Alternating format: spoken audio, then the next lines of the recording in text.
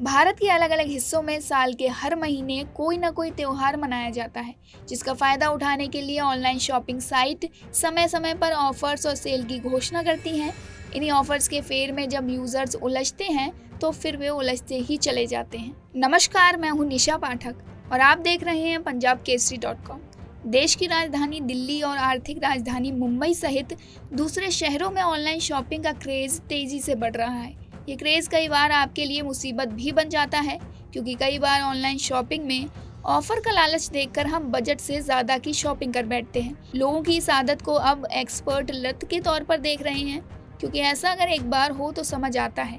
ऐसी स्थिति लोगों के सामने महीने में कई बार आ जाती है जब वो बजट से ज़्यादा की शॉपिंग और कई ऐसी चीज़ों को खरीद लेते हैं जिनकी उनको कोई ज़रूरत नहीं होती है।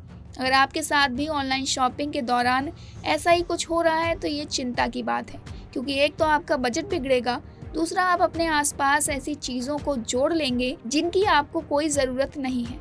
ऐसे में चीज़ या तो कबाड़ में फेंकनी पड़ेगी या फिर इनको डस्टबिन में डालना पड़ेगा। अगर आप इस पूरी प्रोसेस को समझना चाहते हैं तो यहाँ हम इसके कारण और इसके बचाव के बारे में आपको विस्तार से बता रहे हैं। इसके पीछे साइकोलॉजी का भी एक बड़ा खेल है।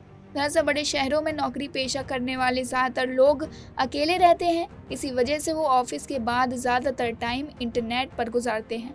इस दौरान बहुत से लोगों को ऑनलाइन साइट पर शॉपिंग करके खुशी मिलती है और एक समय के बाद उनको इसकी आदत लग जाती है, जिससे जब भी ये लोग ऑनलाइन शॉपिंग करते हैं तो उनके दिमाग में हैप्पीनेस हार्मोन निकलता है और इनको शॉपिंग करके खुशी मिलती है। इससे निपटने के लिए कई देशों में नो स्पेंड चैलेंज भी शुरू किया गया है, जिसमें हफ्ते में कम से कम एक दिन शॉपिंग पर खर्च ना करने का नियम है।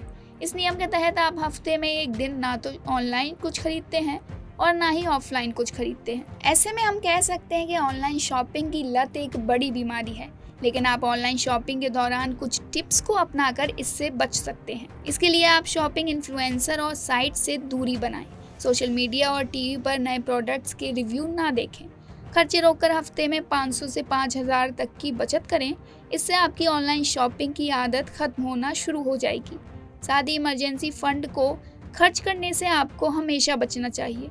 अगर कोई बड़ी मुसीबत ना आ जाए तब तक इमरजेंसी फंड को हाथ नहीं लगाना चाहिए। ऐसे आप अपनी इस आदत को सुधार सकते हैं। इस खबर में फिलहाल इतना ही। देश और दुनिया की तमाम बड़ी खबरों के लिए सब्सक्राइब कर लें punjabkesari.com को।